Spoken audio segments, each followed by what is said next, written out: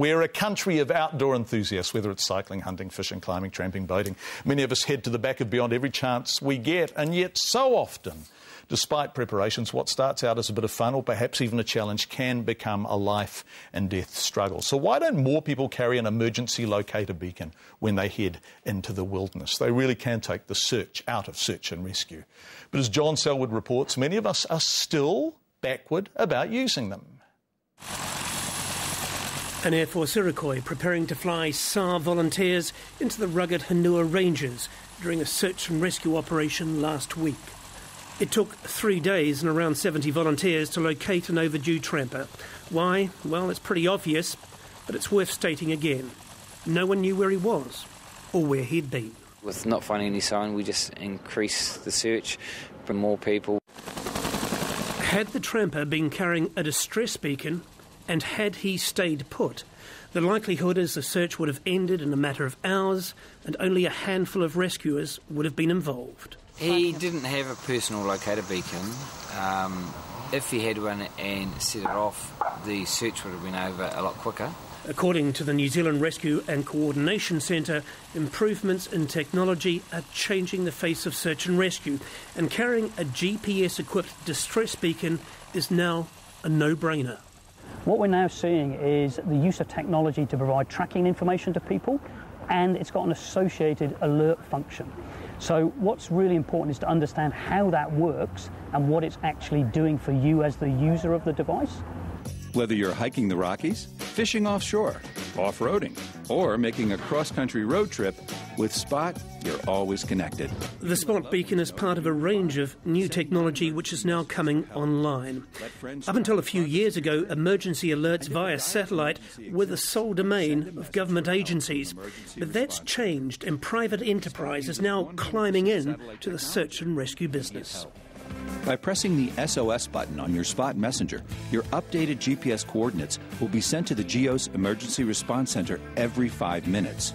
Now, rescue officials may say that taking some form of communication device or beacon when you go into the wild is a no-brainer. But to be honest, choosing between the different types of device can be a right headache. And I say that from personal experience. Recently, I had to choose between the different technologies for a sailing trip I was going on. This is a 406 personal locator beacon, and it's pretty standard international technology.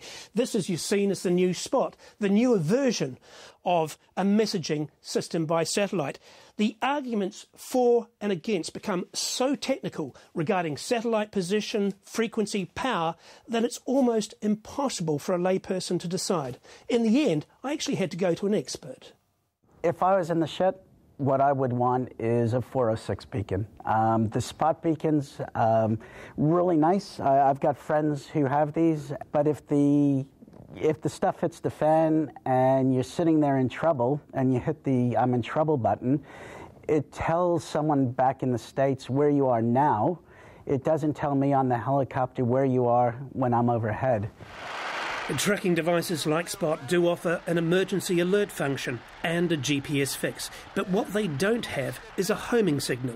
It's a continuous signal, and we've got a dial, and which just shows us whether you're to the right or to the left or behind us, to the right or the left or dead in front. So we actually have the gear, the technology on board that homes in exactly where this signal is. On land, rescue experts take a similar stance. A lot of that technology is horses for courses. If you're going into the back blocks and you're serious about getting help when you're in distress, personally I'd go for a 406 personal locator beacon. On the other hand, if I had a teenage daughter who was travelling around Europe and I wanted to keep track of where she was or where the beacon was, then some of that other technology might be more appropriate. For rescue officials, these new technologies do present something of a dilemma. Of course, they want people to take some form of communication into the wilderness. Yes, you must use them in distress. But there's also the real concern that people will become too reliant on pushing a button and not recognise they have a personal responsibility for their own safety.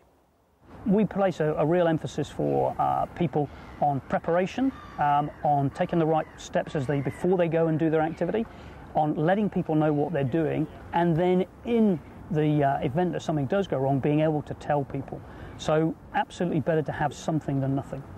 Last year alone, Search and Rescue responded to nearly 2,500 reports of people at risk or in distress. 630 people were rescued, 272 lives saved. Professionals and volunteers go to extraordinary lengths to save lives. They don't mind, that is what they do, as long as the people they rescue have taken the necessary precautions to ensure their own safety. Stay on the top of the cliff before you get down to the bottom, and you need that technology. Because if you need the technology, essentially you've gone over the edge. Something's happened. John Selwood with what sounds like common sense to us. Search and Rescue recommend, if you're heading out on land or sea adventures, to visit AdventureSmart's website, adventuresmart.org.nz. AdventureSmart.org.nz. After